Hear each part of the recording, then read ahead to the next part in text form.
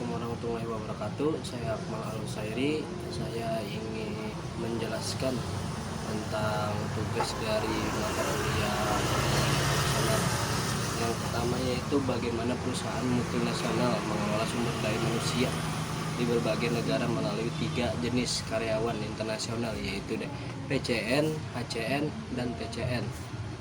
Yang pertama yaitu PCN yang disebut dengan juga parent country nasional adalah karyawan yang berasal dari negara asal perusahaan induk dan dikirim ke cabang luar negeri.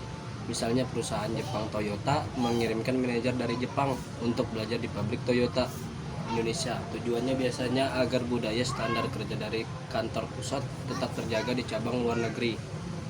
Dan yang kedua yaitu HCN atau host country nasional adalah karyawan lokal yang dikerjakan oleh anak perusahaan di negara tersebut. Misalnya karyawan Indonesia yang bekerja di Toyota Indonesia, mereka memahami kondisi lokal, budaya, dan bahasa sehingga lebih mudah beradaptasi dengan pasar dan lingkungan kerja di setempat.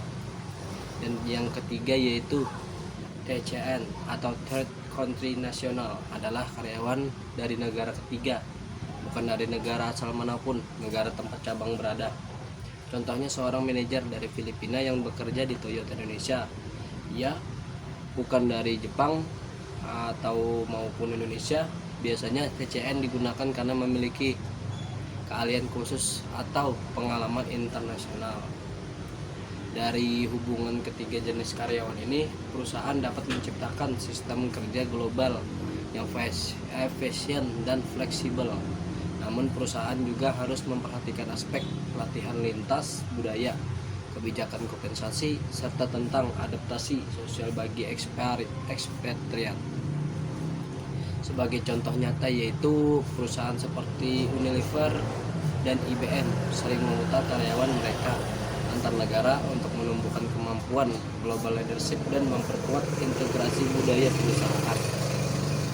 Yang kesimpulannya itu penugasan internasional tidak hanya memperluas operasi perusahaan, tapi juga membentuk individu yang berpengalaman lintas budaya yang disebut sebagai ekspatriat.